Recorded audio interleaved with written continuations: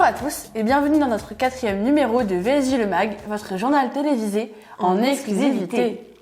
Au programme de notre émission, marché, théâtre et sport.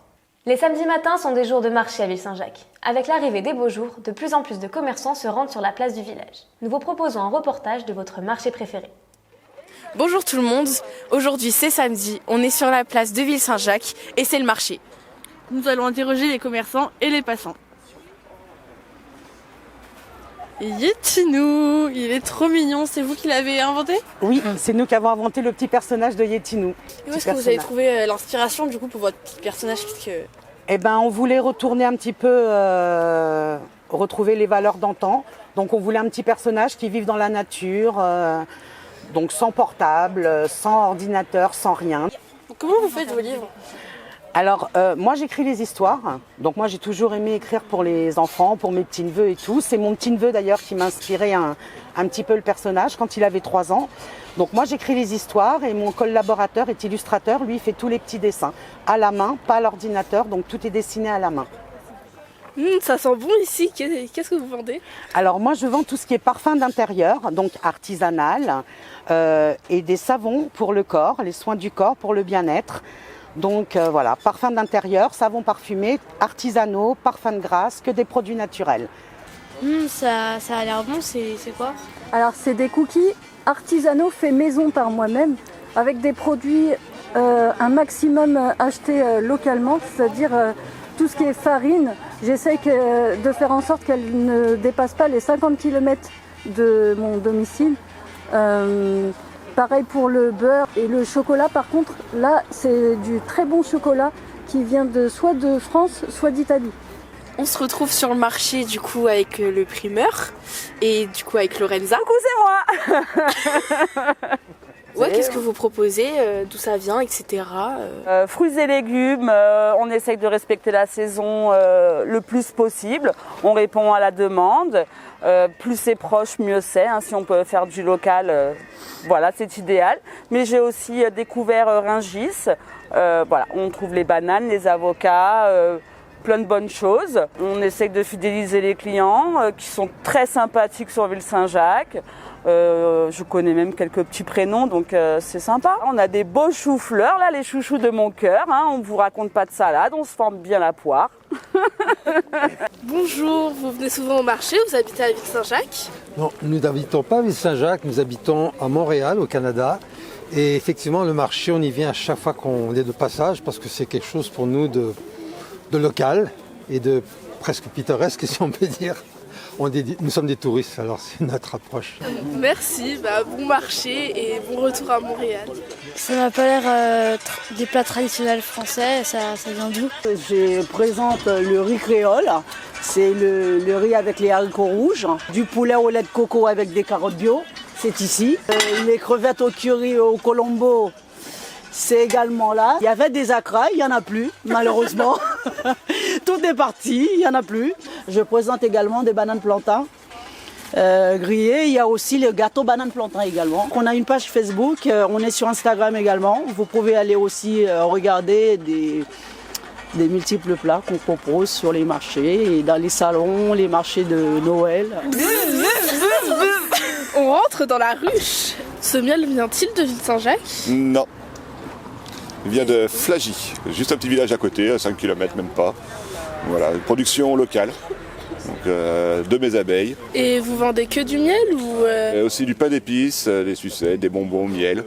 Le pain d'épices, je le fais faire par une boulangerie avec qui je travaille justement, donc qui est située à Vaux. Et depuis combien de temps vous cultivez votre miel? Donc ça fait, là j'ai entamé la 11e année justement que je fais de l'apiculture.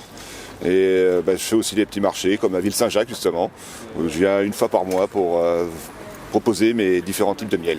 Oh bah tiens les scouts, qu'est-ce que vous faites là? On vend des crêpes, des belles crêpes.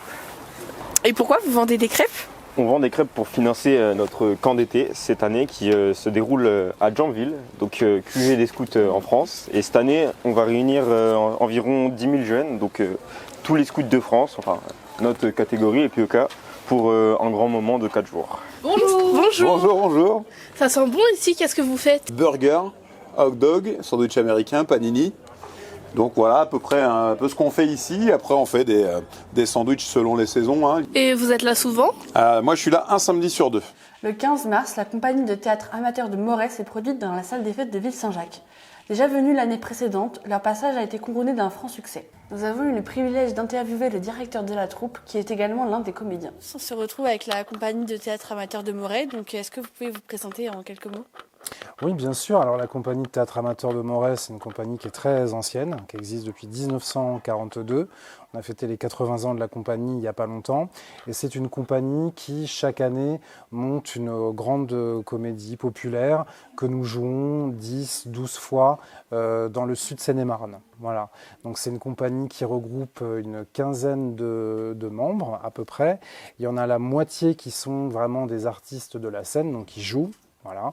Et l'autre moitié qui sont des techniciens, des décorateurs, des décoratrices. On a notre souffleuse, notre accessoiriste. Il y a aussi le transport des décors parce qu'en fait, pour que le spectacle puisse avoir lieu, il faut bien sûr des gens qui sont sur scène et qui jouent, mais il faut aussi toute une équipe autour finalement qui permet que le spectacle ait lieu.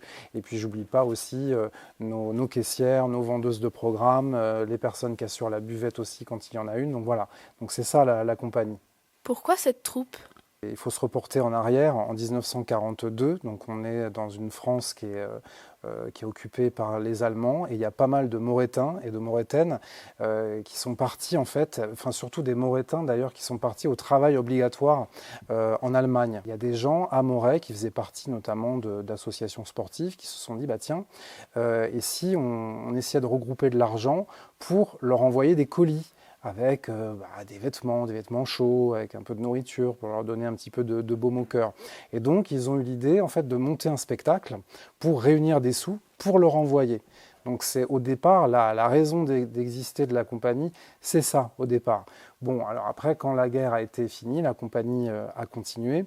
Et l'idée, si vous voulez, c'est d'essayer de regrouper des passionnés de théâtre, voilà, qui ont déjà un petit peu d'expérience dans le domaine, en théâtre amateur, pour proposer un spectacle qui va être de la plus grande qualité possible. C'est aussi de jouer pour des gens qui ne connaissent pas personnellement. Voilà. C'est aussi un challenge pour nous de se dire qu'on va embarquer une salle pendant 1h30, 2 heures, dans une histoire, dans un univers, et parfois des gens dont pour certaines personnes, c'est parfois la seule occasion qu'ils ont d'aller au théâtre aussi, donc c'est aussi important pour nous, parce qu'on sait qu'ils ne verront pas forcément d'autres spectacles durant l'année. Vous avez donc parlé de théâtre amateur, et pourquoi donc pas en professionnel? Les raisons peuvent être assez différentes.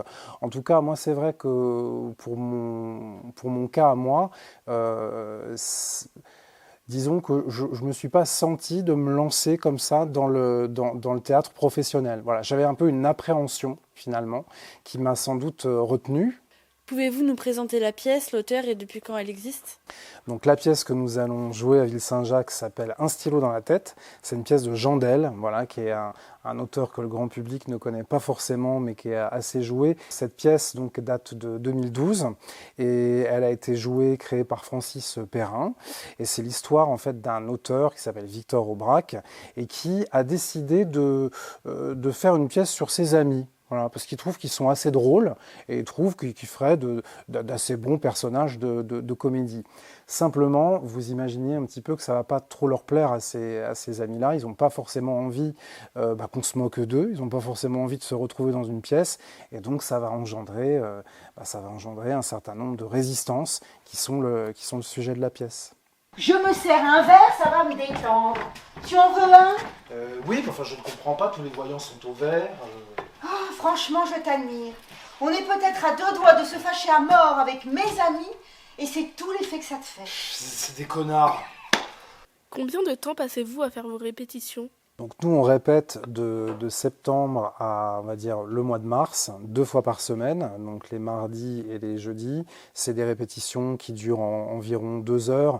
Edmond Rostand connaissait un type avec un pif énorme. C'était son pote, et il en a fait Cyrano. Un héros, et jamais ridicule. Et ben moi, je vais faire pareil avec nos amis. Êtes-vous en concurrence avec d'autres troupes de théâtre dans le coin ou pas du tout? Nous, on n'a pas de troupe concurrente et dans le sud Seine-et-Marne, en ce moment, en tout cas, ça n'existe pas. Voilà, on est un peu la seule sur ce créneau-là en sud Seine-et-Marne. Ah ben, tu crois qu'il y a encore quelque chose entre Raoul et moi? Non, non, pas du tout. Non, je suis persuadé que les histoires d'amour terminées suivent une courbe asymptotique. En tout cas, c'est totalement crétin. Je fréquente Raoul sans aucune arrière-pensée et réciproquement. Ben, il est très heureux en amour et moi aussi. Pour finir, comment gérez-vous votre stress avant de monter sur scène? Avez-vous des rituels ou des superstitions? Au théâtre, il y a énormément de superstitions. Avant un spectacle, on ne doit jamais souhaiter bonne chance aux comédiens, aux comédiennes. Ça porte malheur. On ne doit pas porter du vert. La couleur verte sur scène est une couleur qui est interdite. On ne doit pas prononcer le mot corde. Là, je suis en train d'attirer le mauvais œil sur moi parce que je l'ai fait tous. On ne doit pas prononcer le mot lapin. Et puis encore plein d'autres interdictions comme ça. Pour souhaiter bonne chance à un acteur et une actrice, on lui dit merde, tout simplement. C'est pas mal d'avoir du stress un petit peu, parce que ça veut dire qu'on se rend compte qu'il y a un enjeu quand même. Il y a, par exemple, 80-90 personnes qui sont venues, qui ont payé leur place, qui sont assises et qui ont envie que pendant 1h30 ou 2, on les emmène ailleurs. Après, il y a des techniques qui sont assez simples pour gérer tout ça, notamment en fait des techniques de respiration. Voilà, une respiration profonde et lente. En fait, quand vous faites ça, vous envoyez à votre corps un signal physique qui est « tout va bien ». Tout se passe bien et en général, ça marche assez et le stress s'en va. Nous avons eu récemment le privilège de rencontrer Matteo, un jeune cycliste motivé ayant pris la résolution de faire Paris-Rome à vélo. De passage à Ville-Saint-Jacques, il nous a accordé une interview que je vous propose de visionner tout de suite. Bonjour Matteo, peux-tu te présenter en quelques mots? Je m'appelle Matteo, comme vous l'avez dit, j'ai 24 ans, je viens de l'Essonne et donc pour l'interview, je me dirige actuellement vers Rome en vélo. Et donc j'ai eu la chance de m'arrêter, la bonne étoile on va dire, de m'arrêter à Ville-Saint-Jacques, donc pour ma première nuit. Je suis parti ce matin du sud de Paris, à peu près à 30 km au sud de Paris, et donc voilà, j'ai fait mes premiers 100 km aujourd'hui. D'où te vient l'idée et la motivation d'effectuer un tel parcours? L'idée de départ, elle est née il y a quelques semaines, c'est pas un vieux projet que j'ai en tête, parce que j'ai un ami qui est parti travailler à Rome, et je m'étais dit que ce serait sympa d'aller lui rendre visite.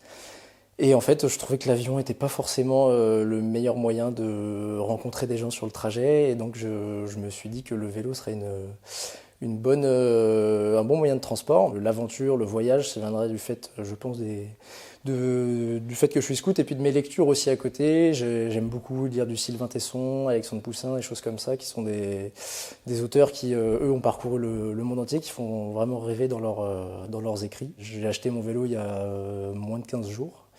Et voilà, je m'y prends, on va dire, un peu à la dernière minute, mais généralement, c'est dans ces moments-là qu'on s'adapte le mieux.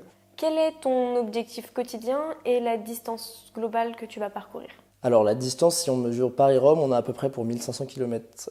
Moi, je vais faire un peu plus parce que j'ai pas mal de personnes à voir sur la route. Je profite de ce trajet pour rendre visite à la famille que j'ai pas vue depuis un petit bout de temps.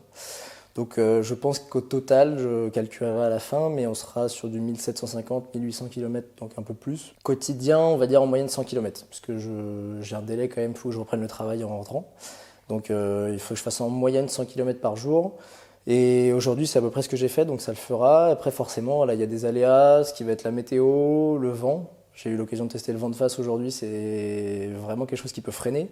Et la montagne, puisqu'il y aura les Alpes à traverser, peut-être un peu le Morvan. Pourquoi t'être arrêté à Ville-Saint-Jacques? C'est un peu le fruit du hasard, parce que même si la ville est magnifique sur les cartes, elle n'est pas en gros, on va dire, à la différence de Fontainebleau ou Moret-sur-Loing. Donc j'ai bifurqué par un petit chemin de campagne qui m'a mené ici, et en fait voilà, j'ai vu que le jour commençait à tomber, donc la mairie était ouverte, l'église aussi, donc j'ai fait un petit tour de la ville avant de du coup demander l'hospitalité à la mairie, et c'est finalement une très bonne chose. Je pense que j'ai une bonne étoile parce que je me retrouve actuellement dans une maison quand même, alors que je m'attendais à dormir dehors.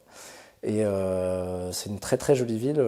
J'ai eu le temps de faire un petit tour, de découvrir la confrérie de Saint-Vincent et de découvrir du coup que c'était une ville du passage de Saint-Jacques-de-Compostelle. Donc en tant que pèlerin, on va dire, même si je suis à vélo, c'est quelque chose je trouve que c'est un signe assez sympathique.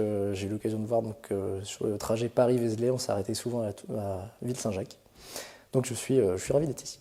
Peux-tu nous expliquer avec quoi tu voyages et surtout comment tu t'organises? Je voyage avec le minimum. Il y a des ingénieurs, je pense, qui ont réussi à faire fixer sur un porte-bagages plein de sacoches donc, que j'ai avec moi ici.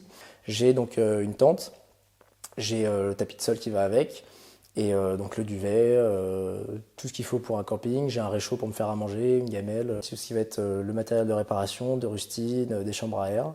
Ça prend un peu plus de poids. Les antivols, moi j'ai pris ma chaîne de moto, c'est quelque chose qui est assez lourd, mais en même temps je pense qu'avec du matériel, on va dire, cher et puis surtout vital, parce que si je me retrouve au milieu de l'Italie sans mon vélo, je risque d'être un petit peu enquiquiné. Donc voilà, c'est des choses qui sont importantes de sécuriser.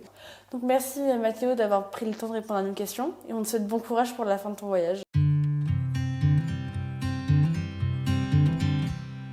I don't know where to go, I've got 10 people I know.